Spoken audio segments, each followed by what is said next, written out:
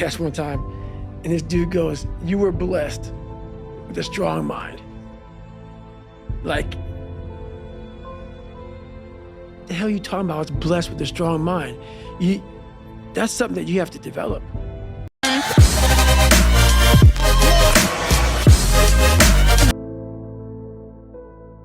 I'm gonna share a little neuroscience tidbit. Love it. But I think it's one that you'll appreciate. Most people don't know this, but there's a brain structure called the anterior mid-cingulate cortex. As we pointed out before, that's a noun, it's a name, it doesn't mean anything. Right. We could call it the Cookie Monster. Right. But what's interesting about this brain area is there are now a lot of data in humans, not some mouse study, showing that when people do something they don't want to do, like add 3 hours of exercise per day or per week, or when people who are trying to diet and lose weight resist eating something. Right. When people do anything that they, and this is the important part, that they don't want to do. Right. It's not about adding more work, it's about adding more work that you don't want to do. Yes. This brain area gets bigger. Yep. Now here's what's especially interesting about this brain area to me. And by the way, I'm only learning this recently because it's new data, but there's a lot of it. The anterior mid-cingulate cortex is smaller in obese people. It gets bigger when they diet. It's larger in athletes. It's especially large or grows larger in people that see themselves as challenged and overcome some challenge. Right. And in people that live a very long time,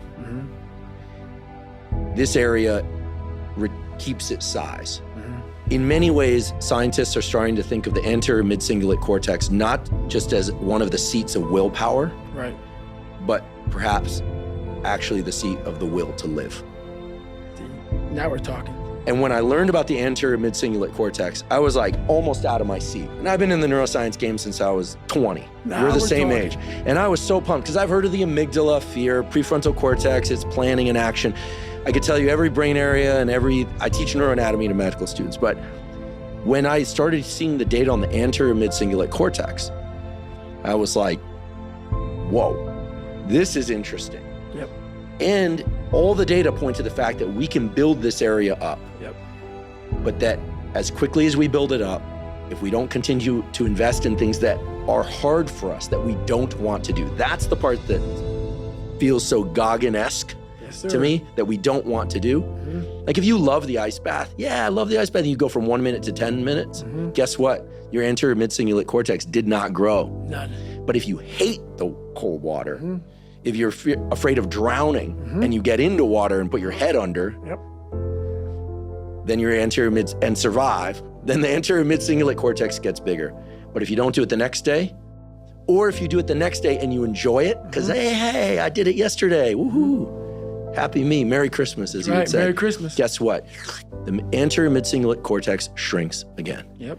To me, this is one of the most important discoveries that neuroscience has ever made, because it's that I don't want to do something, but do it anyway. That's right. That grows this area. And it's almost like I have a friend, he's been sober 30 years from alcohol. And he always says, you know, the amazing thing about addiction is there's a cure. The problem is it only works one day at a time. Yep. And so you have to renew it every day. That's right.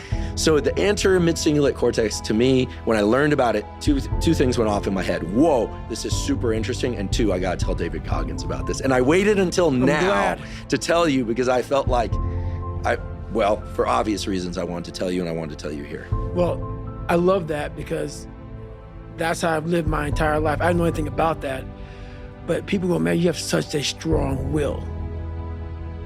It's something that you build. Like, I never forget, I was on a podcast one time, and this dude goes, you were blessed with a strong mind. Like, the hell are you talking about? I was blessed with a strong mind. That's something that you have to develop. You develop that.